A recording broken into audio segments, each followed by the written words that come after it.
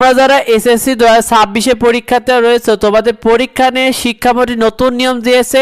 শিক্ষার্থীরা এমন কিছু নতুন নিয়ম এসেছে যেগুলো এর আগে কখনো এসএসসি পরীক্ষার্থীরা ছিল না, যে বিষয়গুলো তোমাদের জানা অবশ্যই জরুরি। দেখো শিক্ষার্থীরা, তোমাদের এসএসসি পরীক্ষা 2026 নতুন নিয়ম নিয়ে এসএসসি ও সমান পরীক্ষা পরিচালনার জন্য কিন্তু সব শিক্ষা বোর্ডের চেয়ারম্যান এবং শিক্ষামন্ত্রীর সাথে কিন্তু মিটিং হয়েছে আজকে, এবং নতুন নিয়ম দিয়েছে তারা মঙ্গলবার 3 মার্চে। বেশ কিছু নতুন নিয়মের কথা এসেছে যেটা এর আগে কখনোই কোনো এসএসসি পরীক্ষাতে ছিল না। শিক্ষার্থীরা তো জেনে নাও কি কি বিষয় এসেছে তোমাদের এসএসসি 2026 পরীক্ষার নতুন নিয়মে। এসএসসি 2026 পরীক্ষার কেন্দ্রে টয়লেটে নকল পাওয়া গেলে কর্তৃপক্ষ দায়ী থাকবে। অর্থাৎ তোমাদের পরীক্ষাটা তোমাদের যে স্কুলে বা যে কেন্দ্রে পড়ছে সেই কেন্দ্রে যদি কোনো প্রকার কোনো নকল পাওয়া যায় সেক্ষেত্রে সেটাকে কিন্তু স্কুল কর্তৃপক্ষকে নিতে হবে, অর্থাৎ যে কেন্দ্রে পরীক্ষা পড়ছে তাদের নিতে হবে। শিক্ষার্থীরা এই নিয়মটি এর আগে কখনোই ছিল না, অর্থাৎ তোমাদের পরীক্ষার আগে সেই স্কুল কর্তৃপক্ষকে অবশ্যই টয়লেটে নকল আছে কিনা এটা চেক করতে হবে, এটা কিন্তু জানিয়েছে শিক্ষার্থীরা।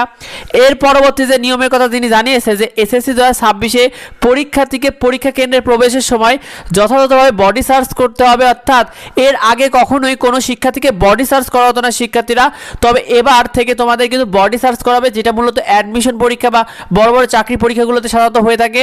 তো এবার থেকে তোমাদেরও কিন্তু বডি সার্চ করা হবে শিক্ষার্থীরা, এবং কোনো পরীক্ষার্থীদের কাছে নকল পেলে তাকে সরাসরি ব্যবস্থা নিতে হবে, এই বিষয়টা জানানো হয়েছে শিক্ষার্থীরা। এরপরে তোমাদেরকে জানিয়ে দিই তোমাদের এসএসসি 2026 পরীক্ষায় অটো পাসে আর কোনো সুযোগ নেই, অর্থাৎ কোনো শিক্ষার্থীরা যদি আন্দোলনও করে তবুও অটো পাসে কোনো সুযোগ নেই। এবং তিনি আরেকটি বিষয় জানিয়েছে যে তোমাদের যে প্র্যাকটিক্যাল পরীক্ষা বা ব্যবহারিক পরীক্ষা যেটা রয়েছে সেখানে প্রচলিত গড় নাম্বার দেওয়া যাবে না। অর্থাৎ এর আগে তোমাদের এসএসসি পরীক্ষাতে সবাইকেই 25-25 দিত, এবার বলেছে যে এই নিয়মটি আর রাখা যাবে না।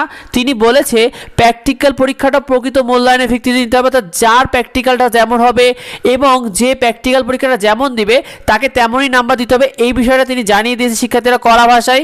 এর আগে কিন্তু এই বিষয়টা কিন্তু ছিল না। এই সাথে আরও জানিয়েছে যে তোমাদের এসএসসি 2026 পরীক্ষা চলাকালীন কোনো সামাজিক যোগাযোগ মাধ্যমে বা অনলাইনে তোমাদের প্রশ্ন সংক্রান্ত কোনো প্রকার কন্টেন্ট দিলে তাদের বিরুদ্ধে ব্যবস্থা নেওয়া হবে।